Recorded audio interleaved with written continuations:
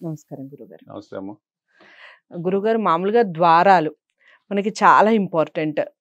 అయితే కొన్ని ఈ మధ్య కాలంలో కట్టే గృహాల్లో గడపలు లేకుండా కొన్ని ద్వారాలు కడుతూ ఉన్నారు. అవి కూడా లెక్కలోకి తీసుకోవాలంటారా? అసలు ఇంటికి ఎన్ని ద్వారాలు ఉండాలి? దానికి సంబంధించి చెప్పండి.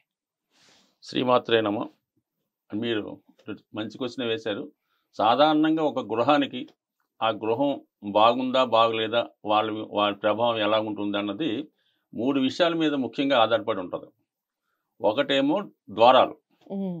రెండేమో టాయిలెట్లు, హ్మ్. మూడేమో వంటగది. ఈ హ్మ్. 3 బాగుంటేనే బాగుంటుంది. మనం ఇప్పుడు ఈ గుమ్మాల గురించి మాట్లాడుకున్నప్పుడు సాధారణంగా ఇప్పుడు గుమ్మాలు పెట్టినప్పుడు ఫ్రేమ్ అన్నది 4గా చేసి గడపతో పాటుగా చేయడం జరుగుతుంటుంది.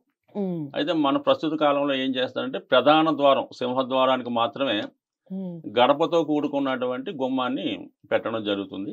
మిగతా గృహాలన్నిటికీ కూడా అందులో ఉన్నటువంటి రూములు అన్నిటికీ కూడా గడప లేకుండానే హ్మ్. వితౌట్ అంటే 3 ఫ్రేములతోనే పెట్టడం జరుగుతోంది. హ్మ్. హ్మ్. అయితే ఏంటంటే ఆ గడపకి పూర్తి దైవత్వం రావాలంటే గడప అంటే లక్ష్మీదేవి ఇంక నో డౌట్. హ్మ్. ఎప్పుడైతే మనం 4 ఒకే చెక్కతో ఒకే చెట్టుకు సంబంధించిన కలపతో పెట్టాలి తప్ప ఒకటేమో మామిడి చెక్క, ఒకటేమో ఏపు చెక్క పెట్టకూడదు. హ్మ్. 4 ఒకే జాతి వృక్షం అయి ఉండాలి.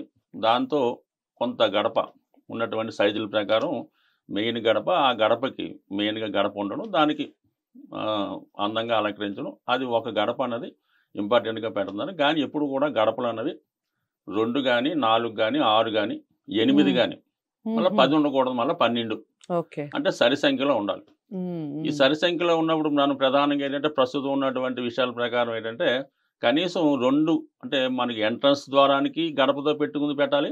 హ్మ్. అలాగే వెనక ద్వారానికి కూడా గడపతో ఉన్నది పెట్టుకోవాలి. అంటే లక్ష్మీదేవి ఆగమనం, హ్మ్. అలాగే హ్మ్. బయటికి వెళ్ళడం 2 ఉంటాయి కాబట్టి ఆ హ్మ్. 2 మనం మెయిన్‌గా గడప పెట్టుకొని మిగతా ఆటిలకి గడప లేకుండా పెట్టుకుంటే సరిపోద్ది. అయినా కూడా లెక్క మాత్రం సమానం.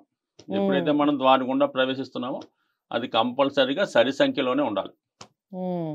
6 సాధారణంగా 8 ఆ ఓకే. విధంగా ప్లాన్ చేసుకోవడం మంచిది. గడప లేకపోయినా కౌంటింగ్‌లోకి వస్తది. హ్మ్. సాధారణంగా ఏంటంటే ఈ గడప మెయిన్ గడపకేంటంటే 2 పక్కల కూడా కిటికీలు పెట్టడం అన్నది ఒక సాంప్రదాయం మాట. అంటే అక్కడ అర్థం ఏంటంటే మామూలుగా ఈ మెయిన్ గడప అన్నది మనం ముక్కు అనుకుంటే ఈ కుడి ఎడమలు 2 కళ్ళు మాట. హుహు. సో వాటి మీద కూడా ప్రభావం చూపిస్తుంది మాట. ఆ ఇంట్లో పిల్లలు ఆ కిటికీలను బట్టి ఆ ఇంట్లో ప్రథమ సంతానం, ద్వితీయ సంతానం, ఆడపిల్లలు, మగపిల్లల యొక్క వ్యక్తిగత కూడా చెప్పొచ్చు. హుహు. అలాగే గుమ్మాన్ని బట్టి ఆ ఇంటి ఇల్లాల కోసం చెప్పొచ్చు. ఆ గుమ్మం మనం వెళ్ళగానే చక్కగా పసుపు రాసి ముగ్గులు పెట్టి ఉందంటే she will be very all right హ్మ్. యజమానురాలు. హ్మ్. హ్మ్. కొద్దిగా బాగలేదు, చెదపట్టి చికాకుంది, ఏం దానికి అలంకారం లేదు అంటే గుమ్మంలోనే చెప్పొచ్చు కొద్దిగా ఇంట్లో లక్ష్మీ కళ తగ్గిందని. సో అందువల్ల హ్మ్. ఏంటంటే 2 ప్రధానంగా పెట్టుకొని మిగతాయన్ని లేకుండా పెట్టుకోవచ్చు. అయితే ఈ గడపల విషయంలో కొంతమంది ఒక పక్కన కిటికీలు పెడతారు గురుగారు. ఒక పక్కన పెట్టరు. అలాంటి వాటి వల్ల ఏం అది కూడా ప్రమాదం తప్పే ఉంటుంది. ఓకే. కానీ ఇప్పుడు చిన్న స్థలాలు రావడం సామరస్యపూర్వకంగా అలా హ్మ్. పెడుతున్నాం గానీ, మొత్తం మీదేంటంటే 2 ఈ మధ్య కలిపే చేస్తున్నారు. మెయిన్ హ్మ్. డోర్‌కి 2 హ్మ్. పక్కల కూడా కిటికీలు పెట్టి చేయడం వల్ల దానికి ఒక ప్రభావం పాజిటివ్ ఏర్పడుతుంటది. 2 హ్మ్. లేనప్పుడు ఒక కన్ను బాగా కనపడి, ఒక కన్ను బాగా కనపడితే ఏ విధంగా ఉంటదో ఆ విధంగా ఉంటది. So, okay. ప్రతి దానికి శాస్త్రం ఉంది. హ్మ్. అయితే ఈ తప్పుంటే మాత్రం ఖచ్చితంగా ఇది జరుగుతదని మాత్రం చెప్పలేం. ఆ హ్మ్. ఇంట్లో, ఆ హ్మ్. కుటుంబంలో ఎవరో ఒకళ్ళకి ఏదో ఒక సమయంలో ఇబ్బంది కలగవచ్చు. హ్మ్. సాధారణంగా ఒక గృహంలో వాస్తు దోషం ఉన్నప్పుడు హ్మ్. ఆ వాస్తు ప్రభావం యొక్క ఇంపాక్ట్ ఎవరో ఒకళ్ళ కుటుంబంలో అనుభవిస్తుంటారు. హ్మ్. చాలా వరకు అంటే ఇది ఉమ్మడి కుటుంబాలు ఉన్నప్పుడు, పెద్ద కడుపులో ఉన్నప్పుడు ఆ ఇంట్లో ఎవరో ఒకరు పెళ్లి కాకుండానో, అనారోగ్యంగానో ఉంటూ ఉంటారు. అతను ఓకే. ఉన్నంత కాలం మిగతా వాళ్ళందరికీ కూడా బావుంటది. అంటే ఆ వాస్తు యొక్క చెడు ప్రభావాన్నంతా ఆ వ్యక్తి అనుభవిస్తూ ఉంటాడు. హ్మ్. హ్మ్. ఎప్పుడైతే ఆటోమేటిక్‌గా అతను బయటికెళ్ళిపోయాడో ఇంకో రకం మిగతా వాళ్ళ మీద ప్రభావం చూపిస్తుంటది. అది కూడా హ్మ్. కామన్‌గా జరుగుతుంటది. ఓకే. ఏదైనా వాస్తు ప్రభావం అనేది ఇల్లు కట్టిన ఎంబటనే వస్తదని మాత్రం గ్యారంటీ లేదు. హ్మ్.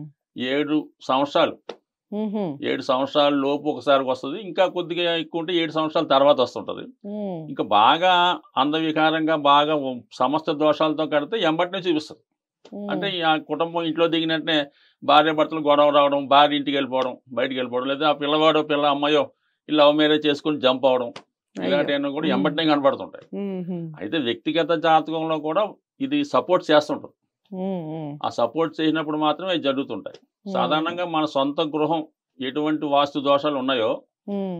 మనం ఎక్కడికెళ్ళినా, మనం మీరొక లాడ్జీలో దిగినా, లేదంటే వెంకటేశ్వర టెంపుల్‌కెళ్ళి అక్కడ సత్రంలోకి దిగినా, హ్మ్. కేవలం మీరు హోటల్‌లో భోంచేసినా, ఇవన్నీ హ్మ్. కూడా మీ ఇంట్లో ఎటువంటి వాస్తు దోషం ఉందో, అటువంటి వాస్తు దోషం ఉన్న వాటిలోకి మీరు వెళ్తుంటారు. అంటే అవే మిమ్మల్ని ఆకర్షిస్తుంటాయి. ఓకే. కామన్ గా మీరు ట్రై చేసుకుంటే అలా జరుగుతుంటది. సో అది మనకి అట్రాక్ట్ అవుతుంటది. మనకి అలా ఎన్నో హోటల్ కనబడుతుంటాయి. మనం ఏదో దానికి వెళ్తామంటే అక్కడ మన వాస్తు అక్కడ సబ్జెక్ట్ అవుతుంటది మనం. ఓకే. ఓకే. ఆ విధంగా ఈ అంటే వాస్తు జ్యోతిష్యానికి వాస్తుకి ఆ లింక్ ఉంటుందంటారు. 100% జ్యోతిష్యం కూడా వాస్తులో ఒక భాగమే. అది ఓకే. కామన్ గా జరుగుతుంటది. హ్మ్. అలాగే మనం జరుగుతున్నటువంటి దశ బట్టి కూడా ఉంటది. హ్మ్. మనం ఏదో రాహు దశ ఏదో జరుగుతుంది అనుకోండి, అప్పుడు మనం ఇలాగ నైరుతి ప్రాబ్లం ఉన్నట్టు ఇంట్లో దిగడం, పడమర హ్మ్. దిక్కున్న ఇంట్లో దిగడం జరుగుతుంటది. ఓకే. అలాగే దక్షిణం ప్రాబ్లం ఉందనుకోండి, దక్షిణ ప్రాబ్లం తిరిగి తరచూ కూడా ఏదో గొడవ వచ్చి పోలీస్ స్టేషన్కో హాస్పిటల్కో తిరుగుతూ ఉంటాం. అంటే అవి అట్రాక్ట్ చేస్తుంటాయి అలాగా. ఆ దిక్కును ఓకే. బట్టి కంపల్సరీగా సంబంధం ఉంటది. అది నమ్మినా నమ్మకపోయినా తప్పదు. ఇదే నిప్పు ఉన్నది. అది చిన్న పిల్లవాడు ముట్టుకున్నాడు బాబు పిల్లవాడికి తెలీదు అని హ్మ్. కాలకుండా మాంది కదా. అవును. అందుకని ఎప్పటికైనా ప్రభావం నమ్మినా నమ్మకపోయినా రావడం జరుగుతుంది. నా వెడేస్‌లో మరి మిగతా కమ్యూనిటీ వాళ్ళు కూడా కొంతవరకు విశ్వసిస్తున్నారు. విశ్వసించే వాళ్ళు కొంత ముస్లిమ్స్ ఓకే. గాని, క్రిస్టియన్స్ గాని విశ్వసిస్తున్నారు. సో ఏదైనా నమ్మినోళ్ళకి నమ్మనంత నమ్మకపోతే ఏం చేయలేం. అవును. అది నడుస్తూ అయితే ఉంటది. గురువుగారు ఇప్పుడు మీరు మాట్లాడుతూ ఒక మాట అన్నారు. ఇంటికి ప్రధానంగా ముందు సింహద్వారం, ఆ తర్వాత వంటగది, ఆ తర్వాత టాయిలెట్స్ అవును. అన్నారు. వంటగదికి సంబంధించి చెప్పండి. అంటే వంటగది ఏ విధంగా ఉండాలి? ఎన్ని అవునండి. ద్వారాలు ఉండాలి? వంటగది అన్నది ఏంటంటే మామూలుగా సాధారణంగా ఇప్పుడున్నటువంటి ఇళ్లలో హ్మ్. తూర్పు ప్రధాన సింహద్వారం అయినా, ఉత్తర సింహద్వారం అయినా కూడా ఆగ్నేయంలో కుదురుతుంది. ఆగ్నేయంలో పెట్టుకుంటున్నారు. హ్మ్. హ్మ్. సరే ఆగ్నేయంలో పెట్టుకున్నప్పుడు ఏంటంటే సింహద్వారం సాధారణంగా ఏంటంటే దానికి గుమ్మం పెట్టక్కర్లేదు. హ్మ్. కామన్‌గా కానీ చాలా మంది పెడుతున్నారు అది కదండీ! అది హ్మ్. పెట్టుకుంటే లెక్క సరిపోతే పెట్టుకోవచ్చు. హ్మ్. కానీ దానికి ఓపెన్‌గానే పెట్టుకోవచ్చు. హ్మ్. అయితే ఇప్పుడు కూడా ప్రస్తుతం కొంతమంది ఓపెన్ కిచెన్ పెడుతున్నారు. అవును. ఈ ఓపెన్ కిచెన్ పెట్టడం వల్ల ఏంటంటే మొత్తం ఆ మెయిన్ హాల్ అంతా కూడా కిచెన్ కింద వచ్చి కంపల్సరీగా ఆ కుటుంబంలో తర్వాత కొన్ని రిలేషన్ ప్రాబ్లమ్స్ వచ్చే అవకాశం ఉంది. సో హుహు. అందువల్ల సాధారణంగా ఓపెన్ కిచెన్ అన్నది ఒకసారి ఆలోచించాలి. కొంత ఎక్కువ సంవత్సరాలుగా మీరు 5, 6 సంవత్సరాలుగానో, 10 సంవత్సరాలుగానో ఓపెన్ కిచెన్ వాడుతుంటే ఆ భార్యాభర్తల మధ్య ఎటువంటి రిలేషన్ ఉంది, ఏమైనా చిన్న చిన్న చికాకులు ఉన్నాయి కూడా అబ్జర్వ్ చేసుకొని ఎప్పుడు కూడా ఈ ఆగ్నేయంలో ఉన్నటువంటి వంటగది చిన్నదిగానే ఉండాలి. పెద్ద హ్మ్. డామినేట్‌గా కాకుండా చిన్నదిగా ఉంటూ మనకు సరిపోయే విధంగా ఉంటేనే మంచిది. అయితే ఎప్పుడు కూడా ఆగ్నేయం ఈ వంటగదికి కంపల్సరీగా ఈ 2 డోర్‌లు ఉంటాయి. అవతల దానికి డోర్ పెట్టుకుంటాం హ్మ్. బయటికెళ్ళడానికి. ఇంటర్ హ్మ్. అక్కర్లేదు. ఓకే. అది వంటగది వరకు ఏంటంటే మనం ఆగ్నేయంలో పొయ్యొచ్చేలా పెట్టుకుంటే చాలు. చిన్న చిన్న హ్మ్. సామాన్లే పెట్టుకోవచ్చు. ఏదైనా కొద్దిగా వెలుతురు బాగా వచ్చేలా చూసుకోవాలి. ఆ ఓకే. తూర్పు పెట్టడం వల్ల తూర్పు నుంచి వెంటిలేషన్ వస్తది కాబట్టి అది బావుంటది. హ్మ్. ఇక నెక్స్ట్ ఆప్షన్ ఏంటంటే వాయువులో కూడా పెట్టుకోవచ్చు. ఉత్తర వాయువులో పెట్టుకోవచ్చు. అది ఉత్తర వాయువులో వంటగది పెట్టుకోవడం వల్ల ఏముందంటే, నిరంతరం ఇంట్లో చుట్టాలు రావడం. హ్మ్. ఏదో హ్మ్. వంట చేసి అమ్మాయి పడుకుందాని బదులు ఎవడో చుట్టం రావడం, మళ్ళా వంటగదిలో దూరడం, మళ్ళా వంట చేయడం. ఓకే. నిరంతరం వంటలు సాగుతుంటే చుట్టాలు వస్తూనే ఉంటారు వాయువు అయితే. హ్మ్. హ్మ్. సో, అందువల్ల ఏంటంటే సాధ్యమైనంత వరకు తూర్పు ఈశాన్యంలో వంటగదే బావుంటది. వాయువులో అంటే ఒక విధంగా చుట్టాలు రావడం మంచిదే గానీ, మరి నౌ ఏ డేస్‌లో హ్మ్. ఇదంత యోగ్యం కాదు కాబట్టి ఒకసారి అది. కొంతమంది నైరుతిలో కూడా వంటగది పెడుతున్నారు. హ్మ్. సో, అది కూడా చాలా ఇబ్బందికరంగానే ఉంటది కొన్ని సందర్భాల్లో. నైరుతిలో మనకెప్పుడు కూడా మాస్టర్ బెడ్‌రూమే ఉండాలి తప్ప, ఇలాంటి వంటగది పెట్టడం వల్ల కొంత ఇబ్బందులు కూడా వచ్చే అవకాశం ఉంది కాబట్టి, సాధ్యమైనంత వరకు ఆగ్నేయం, వాయువు పెట్టుకోవచ్చు. పెట్టుకొని సాధారణంగా మామూలు సింగిల్ రూమ్ అయినా కూడా ఆగ్నేయంలోనే పెట్టుకోవాలి. ఓకే. అలాగే ఎట్టి పరిస్థితుల్లో కూడా ఇంటికి గర్భం అని ఉంటదన్నమాట. అది హ్మ్. మెయిన్ హ్మ్. ఇంపార్టెంట్. అంటే మొత్తం 4 కొలతలు చుట్టుపక్కల కొలితే సెంటర్ గర్భం అంటారు. హ్మ్. హ్మ్. అయి పూర్వకాలం ఏంటంటే ఈ చుట్టిల్లు ఉన్నప్పుడు ఆ గర్భంలో వంట చేసేవారు. హ్మ్. ఆ గర్భం అన్నది వాస్తు పురుషుని యొక్క స్టమక్ మీద వస్తది కాబట్టి, ఎట్టి పరిస్థితుల్లో కూడా ఆ ఇంటి గర్భంలో వంట చేయకుండా చూడాలి. ఓకే. అలాగే గర్భంలో టాయిలెట్స్ కూడా రాకుండా చూడాలి. హ్మ్. ఇవన్నీ చిన్న చిన్నయి. అయితే ఈ 100 గజాలు, 50 గజాలకి పెద్దగా వాస్తు చేయలేకపోతున్నారు. అయినప్పుడు కూడా కొద్దిపాటి ప్రభావం ఉండే అవకాశం అయితే ఉంది. ఓకే. ఇక టాయిలెట్స్ విషయం. టాయిలెట్స్ హ్మ్. ఎక్కడ ఉండాలి? దానికి కూడా ఇప్పుడు అటాచ్డ్ బాత్రూమ్స్ అదే.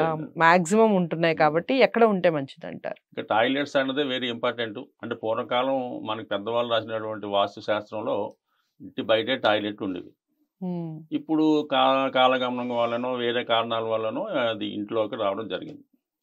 సో, ఇంట్లోకి వచ్చి పెట్టుకున్నప్పుడు మనం ఎక్కడ పెట్టుకోవాలనుకుంటే, ముఖ్యంగా మనం 4 దిక్కులు అనుకున్నాం. ఈ 4 దిక్కుల్లో తూర్పు అన్నది ప్రధానమైనది. సూర్య భగవానుడు దానికి అధిపతిగా ఉంటాడు. అది ఆరోగ్యం మీద, యజమాని మీద నడుస్తూ ఉంటది. హ్మ్. అందుకని తూర్పు మొత్తం ఈ పక్క నుంచి ఆ పక్క తూర్పు వైపు ఎట్టి పరిస్థితిలో కూడా తూర్పు గోడ కానించి తూర్పు గోడకు టచ్ అయ్యి ఎట్టి పరిస్థితిలో కూడా టాయిలెట్ అన్నది పెట్టకూడదు. హ్మ్. పెట్టామంటే మాత్రం కంపల్సరీగా ఆ ఇంట్లో యజమాని నిరుద్యోగం మారడం గానీ, ఏదో కారణాల వల్ల ఇబ్బంది పడడం కానీ జరుగుతుంటుంది. అందువల్ల ఉమ్, తూర్పు అన్నది అసలు పెట్టకూడదు. ఓకే. దాని తర్వాత ఇందాక ఉత్తరం అనుకున్నాం కదా, ఉత్తరం ఉమ్, కుబేర ఉమ్, స్థానం కాబట్టి ధనస్థానం కాబట్టి ఉత్తర గోడకి ఉమ్, ఉత్తరం వైపు ఆ నుంచి పెట్టుకుంటే కంపల్సరిగా ఆర్థిక పరమైన ఇబ్బందులు వస్తాయి. ఆ ఉమ్, ఇంట్లో ఉన్న వాళ్ళ పిల్లలకి అమ్మాయిలకు కానీ అబ్బాయిలకు కానీ అవకాశాలు రావు అన్నమాట. ఉద్యోగ అవకాశాలు రావు, పెళ్లి ఉమ్, సంబంధాలు రావు. ఉమ్, ఆ ఇంటి యజమానురాలకి దీర్ఘకాలికమైన ఒక వ్యాధితో ఇబ్బంది పడుతుంటారు. ఓకే. అంటే కుబేర స్థానం అక్కడ ఎట్లా పెట్టుకుంటాం, కింద ఉమ్, పాయింటేగా, అందుకని నాకు ఉత్తరం కూడా నిషేధించాలి. ఓకే.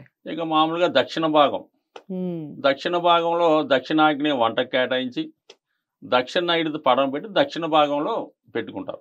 ఉమ్, అలాగే పడమర భాగంలో పడమర ఈశాన్య నైరుతి పక్కన పెట్టి వాయువు కాకుండా మెదరి భాగంలో పెట్టుకుంటారు. అంటే ఓకే. పడమర కానీ దక్షిణం కానీ పెట్టుకోవచ్చు. అది మా ఎట్టి పరిస్థితుల్లో కూడా మూలలు రాకూడదు.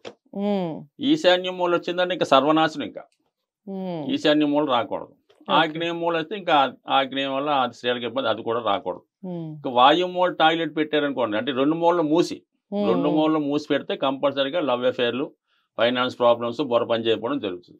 ఉమ్, అలాగే నైరుతి రెండు మూలలు మూసి పెడితే కంపల్సరీగా యజమానికి మోకాలు నొప్పులు, నడువు నొప్పులు, చికాకులు వస్తుంటాయి. అంటే అయ్యో. విదిక్కులు ఉండకూడదు, ఉమ్, తూర్పు ఉత్తరాలు కూడా ఉండకూడదు.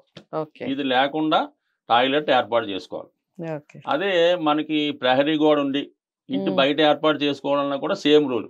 ఓకే. తూర్పు దానికి పెట్టకూడదు, ఉత్తర దానికి పెట్టకూడదు, ఉమ్, మూలల్లో పెట్టకూడదు. ఉమ్, దక్షిణ పడమరలో అటు మెయిన్ బిల్డింగ్కి తగలకుండా, అటు ప్రహరీ గోడ తగలకుండా పెట్టుకోవాలి. ఓకే. ఇదే ఇంపార్టెంట్, ఎందుకంటే అసలు జీవితాన్ని నాశనం చేసేదే టాయిలెట్. ఉమ్, సో అందువల్ల దాన్ని కూడా జాగ్రత్తగా పెట్టుకుంటే సాధ్యమైనంత వరకు టాయిలెట్ కూడా చాలా నీట్గా హ్యాపీగా, అంటే అది కూడా మనకి పూజ గది ఎంత అంటే అలా పోల్చకూడదు. ఎంత అట్మాస్ఫియర్ ఉంటే ఇది కూడా అంత సెంటెడ్గా అంత బాగుండాలన్నమాట. ఓకే. అది ఎప్పుడు మనకు అర్థమైపోతుంది. మీరు ఒక ఇంటికి వెళ్ళి, చుట్టారింటికి వెళ్ళి ఆ టాయిలెట్కి వెళ్ళి ఒకసారి తలుపు తీయండి, మీకు దాన్ని బట్టి ఆ ఇంటి పరిస్థితి చెప్పవచ్చు. ఉమ్, అలా ఉంటుంది. అది కూడా శుభ్రంగా నీట్గా హ్యాపీగా ఉంచుకుంటే 100% ఆ గృహం అన్ని విధాలా సక్సెస్ అవుతుంటుంది. అసలు ఓకే. యజమానికి ఉన్న బ్యాడ్ హ్యాబిట్స్ అన్నీ కూడా ఆ టాయిలెట్ బట్టి అదటి ఉంటాయి. ఓకే. అది ఎంత నీట్గా, ఎంత సెంటెడ్గా, ఎంత బాగుంటే ఆ యజమాని అంత క్లారిటీగా ఎటువంటి చెడు అలవాటు లేకుండా ఉంటాడు. అది చికాకుగా ఉంటే ఈ యజమాని చెప్పక్కర్లేదు, కంపల్సరీ బ్యాడ్ హ్యాబిట్స్ ఉన్నట్టే. ఓకే. అది మొత్తం ఇల్లే చెప్పేస్తుంది ఇంకా.